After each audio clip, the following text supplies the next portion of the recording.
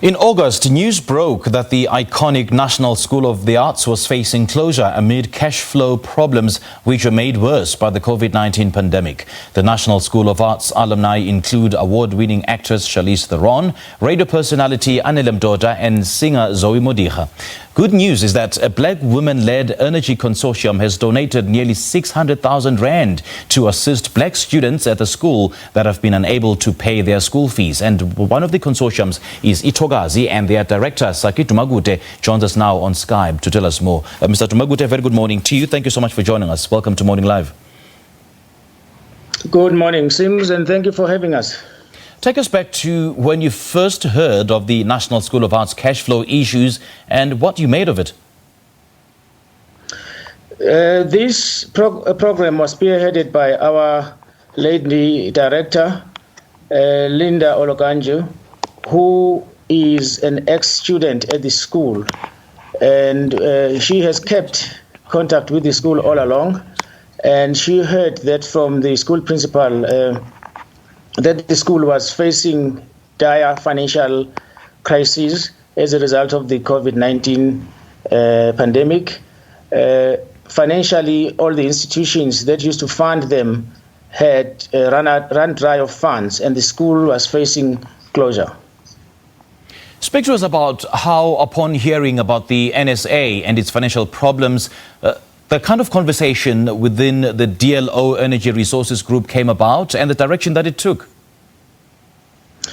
Okay, DLO is one of the three companies in our consortium. We have DLO, we have Solar Energy, and we have Ithokazi. Now, Linda is part of DLO, and she then spoke to us, to Solar and Ithokazi, as well as our senior shareholder in these two projects, which is China Long One Engineering, that within our SED, Social Economic Development portfolio, we need to consider rescuing this school from closure.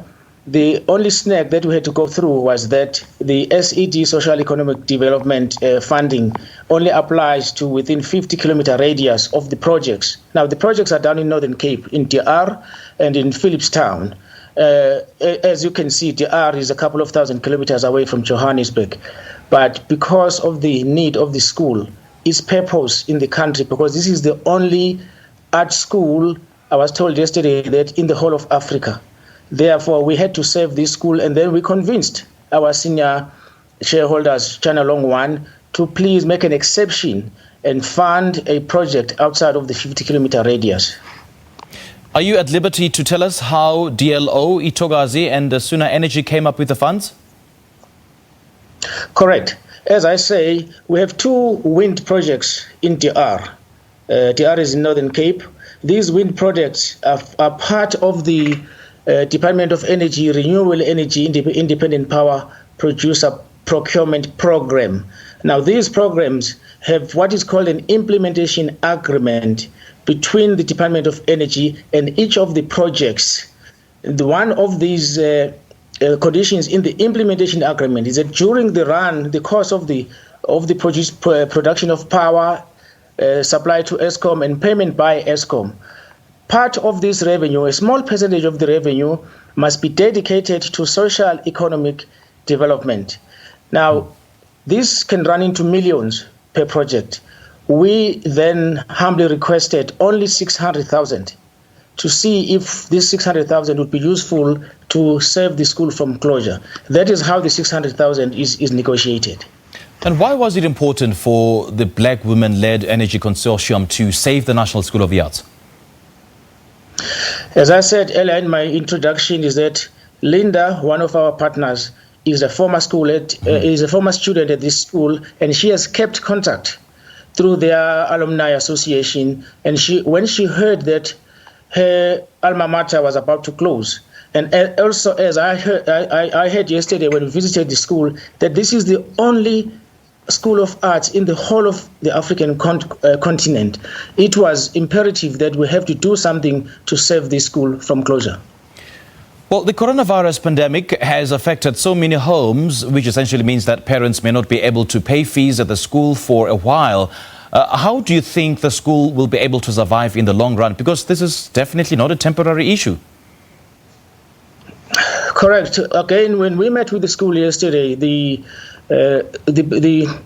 promoter of the school as well as the treasurer, they also expressed a bit of frustration that if the pandemic does not end, so that their former funders could be back on their feet and start to fund them, they don't know how they're going to do this. However, their efforts are continuing to lobby any other potential source of funding. We believe, from what we saw, how the school is managed and how it's run, that the school management will be able to find funding. And we have also committed to say wherever we can find or hear that there's funding, we will direct them, because we have to save this school. It is the only gem in the whole of the continent. Are there any conditions attached to your donation, or is it completely up to the school to close the financial gaps for now?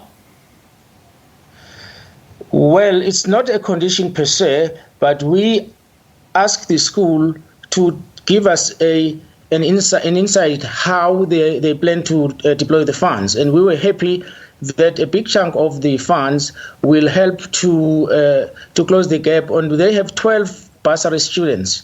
So the 12 bursary students their fees will be cleared out of the funding, as well as, because we are an energy company, they are also going to do their first phase of their energy saving interventions. They took us through their arts building, where they've started using energy efficient lighting, and they're going to be monitoring how the energy is used up in this building. We were impressed with the progress so far. So therefore, we're happy. We don't have to really, prescribe to them how to use the funds, because already what they had in mind resonated with our purpose. Yeah, and earlier on you said the National School of the Arts is a gem for the continent and it is so important for you to save it. But then why was it important for Ithokazi as a black company to support black students in their quest to enhance their academic and technical skills?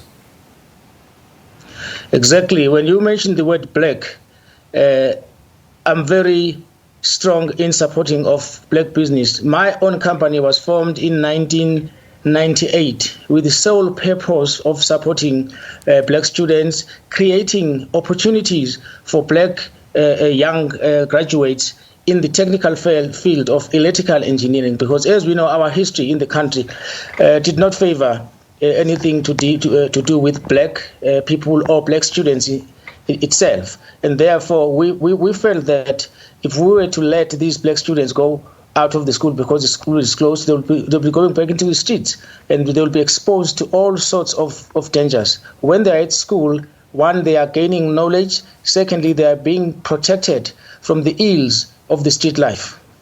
All right, Mr. Dumakude, thank you so much for chatting to us this morning. We appreciate your time. Thank you very much for your time.